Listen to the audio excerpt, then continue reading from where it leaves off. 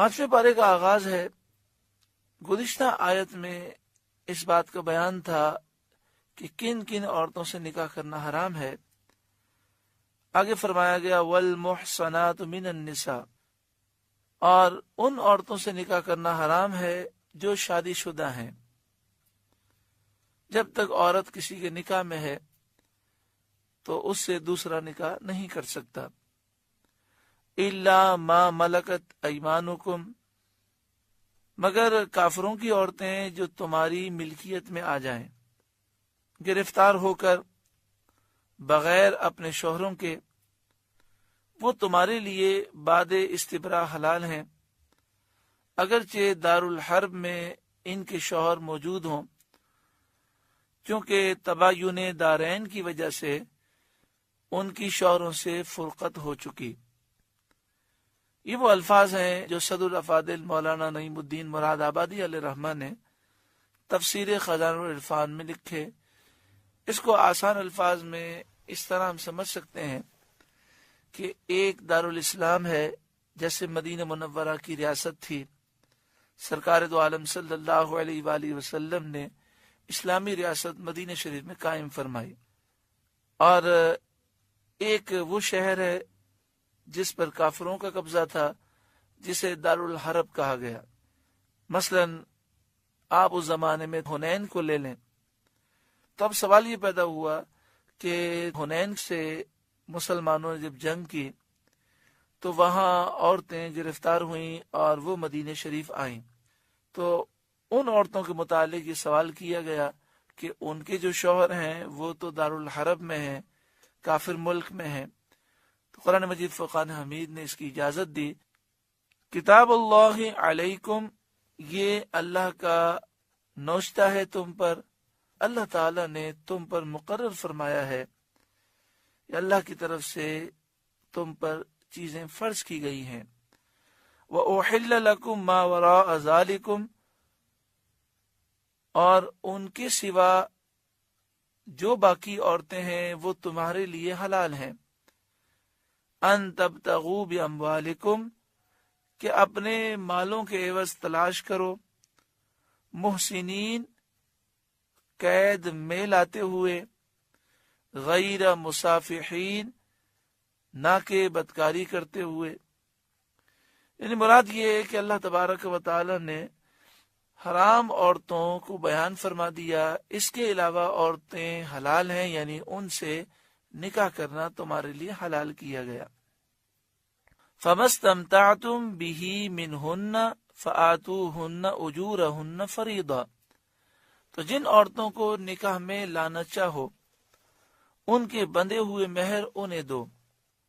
वला जुनाह अलैकुम फीमा तरादईतुम बिही मिन बादिल फरीदा, और करारदाद के बाद, मेहर मुकर्रर करने के बाद अगर तुम्हारे आपस में कुछ रजामंदी हो जाए तो इसमें कुछ गुनाह नहीं। यानी निकाह के वक्त एक मेहर मुकर्रर हुआ, अब निकाह के बाद बाहिमी रजामंदी से इसमें इजाफा कर दिया जाए, शौहर ज्यादा देने के लिए राजी हो जाए, या औरत शौहर के मुतालबे के बगैर खुद अपनी मर्जी से मेहर को कम कर दे, तो ये जायज है। इन्नल्लाह काना अलीमन हकीमा, बेशक अल्लाह इल्म व हिकमत वाला है।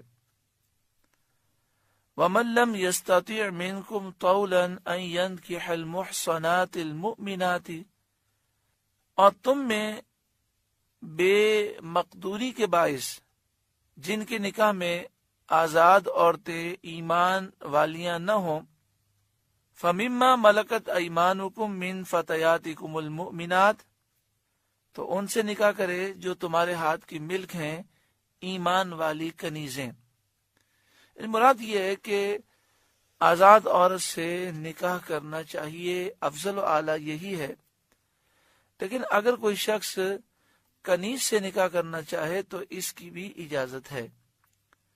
हाँ, बेहतर यह है कि जो आजाद औरत से निकाह करने की ताकत रखता है वो कनीज से निकाह न करे। लेकिन ये पहले जिक्र किया जा चुका कि जब ये कुरान पाक का नुज़ूल हुआ तो उस वक्त गुलाम और कनीजों का रिवाज था, نبی اکرم صلی اللہ علیہ وآلہ وسلم نے ایک ایسا نظام قائم فرمایا اور لوگوں کو اتنی ترغیب آپ نے دلائی غلام آزاد کرنے کی کہ غلام آزاد ہوتے رہے، اور آج کے دور میں غلامی کا رواج نہیں ہے، نہ کنیزوں کا وجود ہے نہ غلاموں کا وجود ہے۔ تو اس زمانے میں جب کنیزیں ہوتی تھیں تو فرمایا گیا کہ آزاد عورت سے نکاح کرنا یہ افضل و اعلیٰ ہے، لیکن اگر کوئی کنیز سے نکاح کرنا چاہے تو بھی کر سکتا ہے۔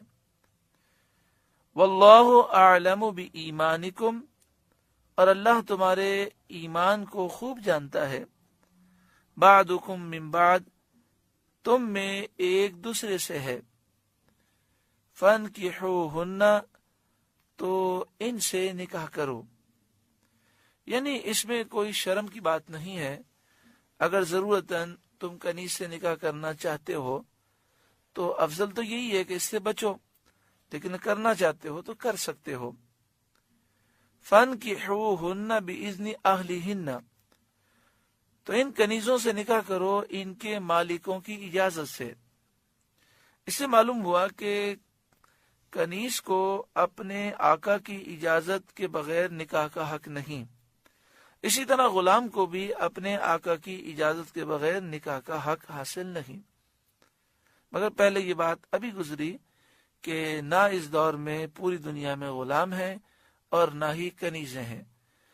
اگر کسی عورت کو یا کسی مرد کو اغوا کر لیا جاتا ہے اور اسے غلام یا کنیز قرار دیا جاتا ہے تو اس سے وہ کنیز یا غلام نہیں بنتے۔ وآتوہن اجورہن بالمعروف، اور حسب دستور ان کے مہر انہیں دو۔ محصنات، وہ عورتیں نکاح کی قید میں آنے والیاں ہوں، غیر مصافحات، گناہ کرنے والی نہ ہوں، ولا متخذات اخدان، اور پوشیدہ یار بنانے والی نہ ہوں۔ مفسرین فرماتے ہیں کہ غیر مصافحات سے مراد یہ ہے کہ اعلانیہ وہ عورتیں زنا نہ کریں، اور ولا متخذات اخدان سے مراد ہے چھپ کر زنا نہ کریں۔ مراد یہ کہ ان کنیزوں سے نکاح کیا جائے جو جائز طریقہ ہے، کوئی غلط طریقہ اختیار نہ کیا جائے۔ فَإِذَا أُحْصِنَّ، جب وہ قید میں آ جائیں، یعنی وہ خواتین کنیزیں نکاح کر لیں اور شادی شدہ ہو جائیں، فَإِنْ أَتَيْنَ بِفَاحِشَةٍ فَعَلَيْهِنَّ نِصْفُ مَا عَلَى الْمُحْصَنَاتِ مِنَ الْعَذَابِ، پھر برا کام کریں تو ان پر اس سزا کی آدھی ہے جو آزاد عورتوں پر ہے۔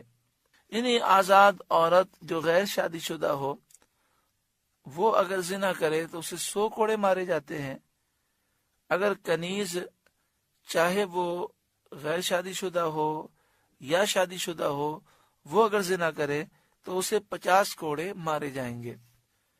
ذالک لمن خشی العنت منکم، یہ اس کے لیے جسے تم میں سے زنا کا اندیشہ ہے۔ یعنی کنیز سے نکاح اسے کرنا چاہیے جسے یہ اندیشہ ہو کہ میں کہیں گناہ میں مبتلا نہ ہو جاؤں۔ وَأَن تَصْبِرُوا خَيْرٌ لَكُمْ، اور صبر کرنا تمہارے لیے بہتر ہے۔ اگر کنیز سے نکاح نہ کرو تو یہ تمہارے لیے بہتر ہے۔ واللہ غفور الرحیم، اور اللہ بخشنے والا مہربان ہے۔ سورہ نساء کا 4 رکوع مکمل ہوا۔ دعا فرمائے اللہ تعالیٰ اس رکوع کے نور سے روشن منور فرمائے۔